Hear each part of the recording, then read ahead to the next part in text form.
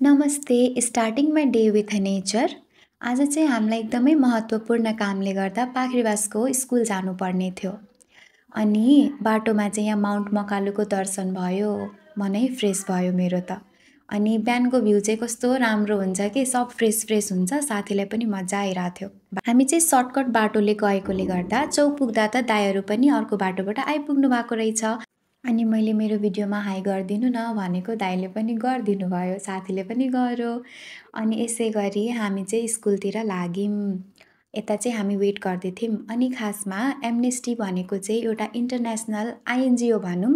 अनि यहाँ चाहिँ हामी राइट फर राइट्स अनि एचआरई प्रोग्राम गर्नको लागि गएको थियौँ। यो चाहिँ हाम्रो दाइले धेरै नै राम्रोसँग प्रोग्राम कोअर्डिनेट गर्नुभयो, सबैलाई बुझाउनु भयो। प्लस स्टुडेन्ट्स पनि धेरै नै कोअपरेटिभ नै थिए। अनि यसरी नै हामी प्रोग्रामलाई अगाडि बढाउँदै गयौँ। ह्युमन राइट्सको बारेमा हामीलाई बोल्नुपर्छ।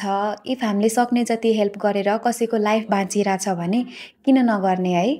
यदि हामी त्यो ठाउँमा छौँ जहाँ हामीले आफ्नो आवाज उठाउन सक्छौँ कसैको लागि भने हामीले आफ्नो आवाज उठाउनुपर्छ भन्दै एवेरनेस जगाउँदै बच्चाहरूको पनि हेल्प लियौँ, उहाँहरूको सिग्नेचर लियौँ।